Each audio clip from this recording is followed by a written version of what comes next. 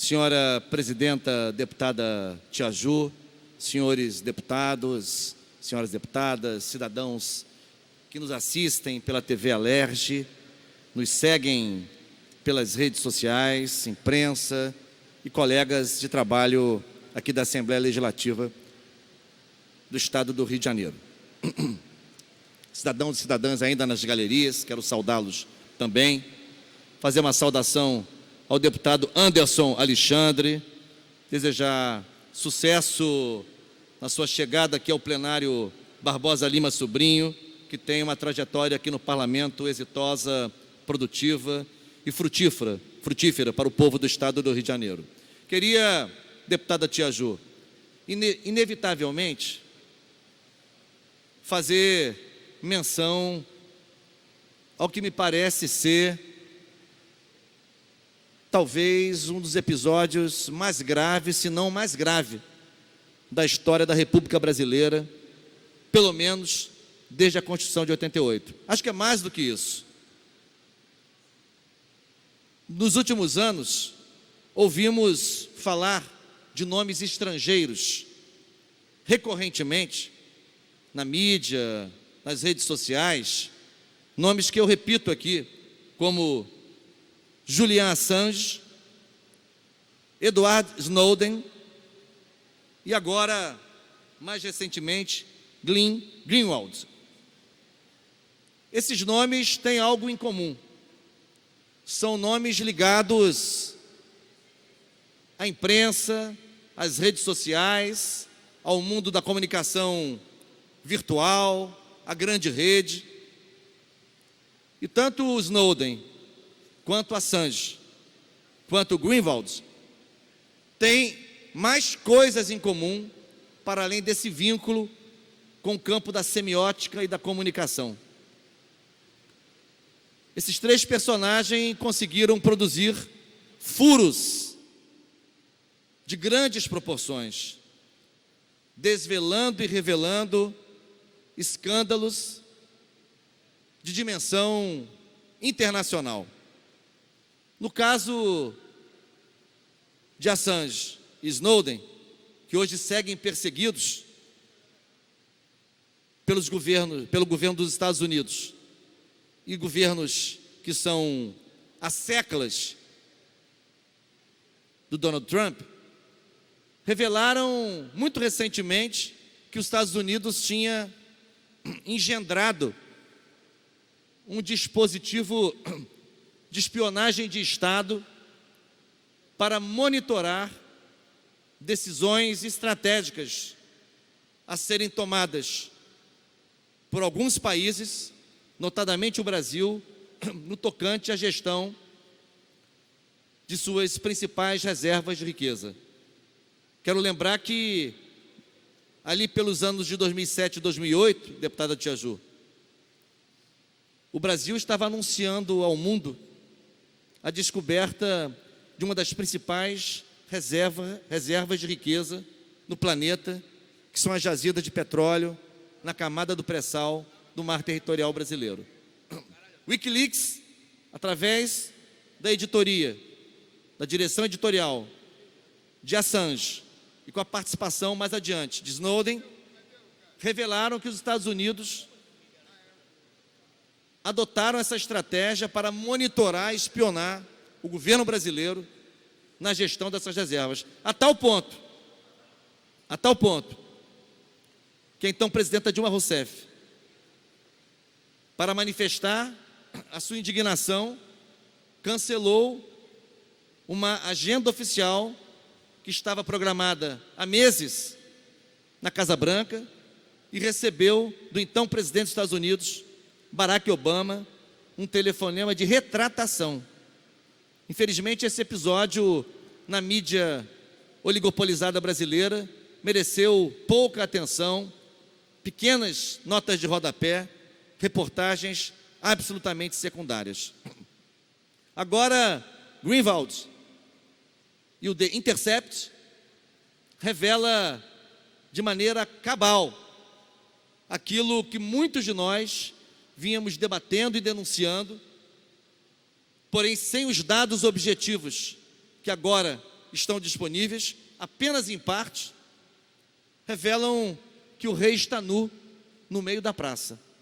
O rei está nu no meio da praça.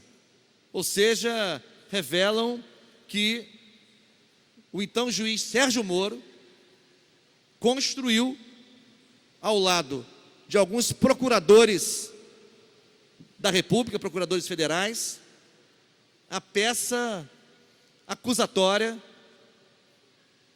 para tirar do caminho das eleições de 2018 o ex-presidente Luiz Inácio Lula da Silva.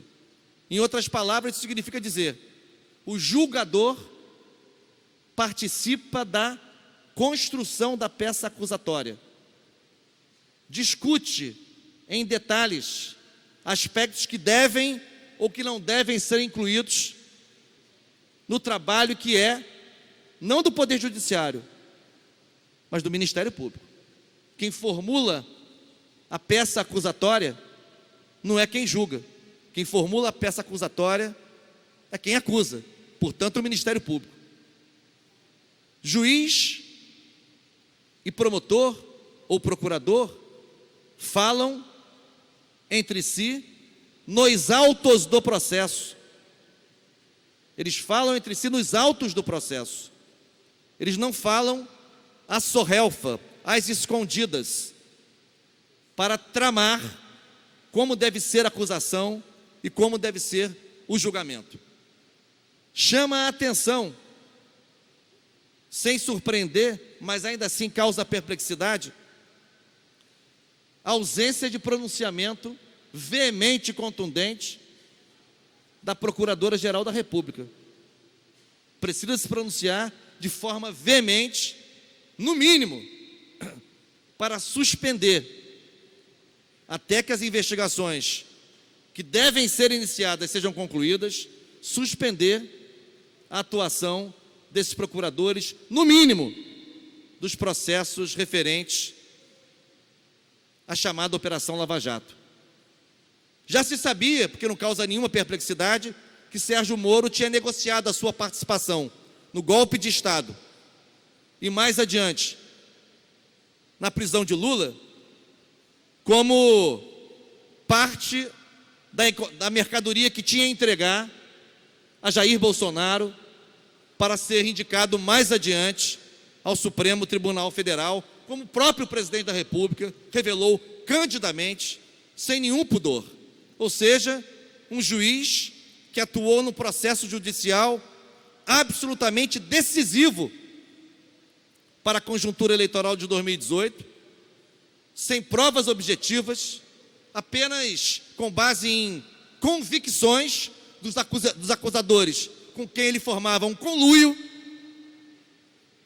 decidiu pela condenação de Lula, enquanto uma juíza em São Paulo mandava rolar o apartamento no Guarujá, entre os bens a serem tomados da OAS para pagamento de suas dívidas. Veja que coisa incrível, o apartamento que supostamente atribuído a Lula, em outro juízo, era arrolado como bens da OAS a serem empregados no pagamento das dívidas daquela empreiteira.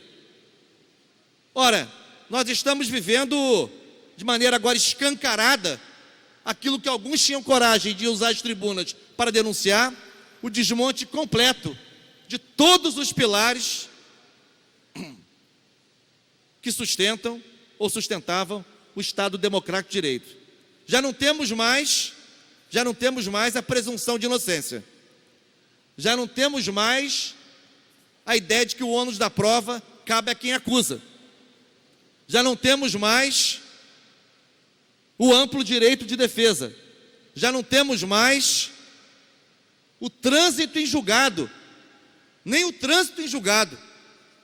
Ou seja, o pacto constitucional celebrado em 1988 está sendo rasgado em 1000 pedaços, inclusive no que tange à organização e funcionamento do Estado Democrático de Direito. Portanto, o que se faz agora, como cortina de fumaça, é o questionamento se o The Intercept podia ou não podia ter interceptado conversas, diálogos entre o então juiz Sérgio Moro e o conluio do qual ele participava com procuradores da República. Isso é grave, evidentemente. Para concluir, deputado. Vou concluir, mas não vou. Claro que eu não endosso que haja interceptação de conversas privadas de ninguém, muito menos de autoridades públicas constituídas, de ninguém. Sérgio Moro só esqueceu que ele mesmo interceptou, sem autorização do Supremo Tribunal Federal, conversas da então presidenta da República. A primeira magistrada da República teve suas conversas interceptadas por autorização de um juiz de vara, deputado Chico Machado. Juiz de vara, sem anuência do Supremo Tribunal Federal. Então, não faço pouco caso, como faz Sérgio Moro, de interceptações telefônicas privadas. Agora, isso não pode apagar o que é grosseiro e grotesco.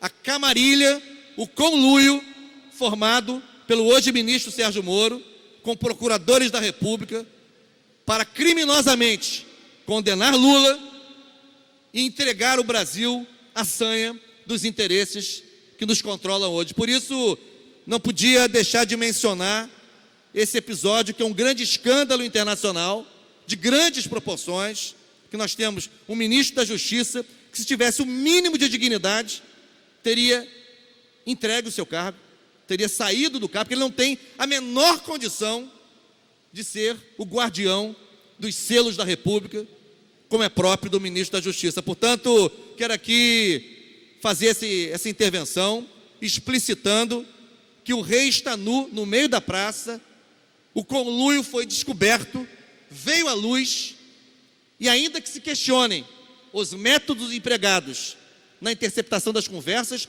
o conteúdo das conversas revela a gravidade do momento que vive a República Brasileira, que se esfacela em mil pedaços. Portanto, é um conluio entre Sérgio Moro, que alugou o seu papel de juiz para estar no Ministério, para tentar estar mais adiante do Supremo Tribunal Federal, e é gravíssimo que integrantes do Ministério Público Federal tenham participado desta mesma quadrilha, desta mesma organização, para, de forma indevida, ao arrepio da lei, ao arrepio da Constituição, ao arrepio do bom senso, ao arrepio das provas materiais, condenar, sem provas, um inocente, apenas para impedi-lo de disputar as eleições presidenciais de 2018. Portanto, faço aqui esse pronunciamento e eu tenho expectativa de que o Supremo Tribunal Federal, de alguma forma, já que diante do silêncio de catedral da Procuradoria-Geral da República, que pelo menos o Supremo Tribunal Federal se pronuncie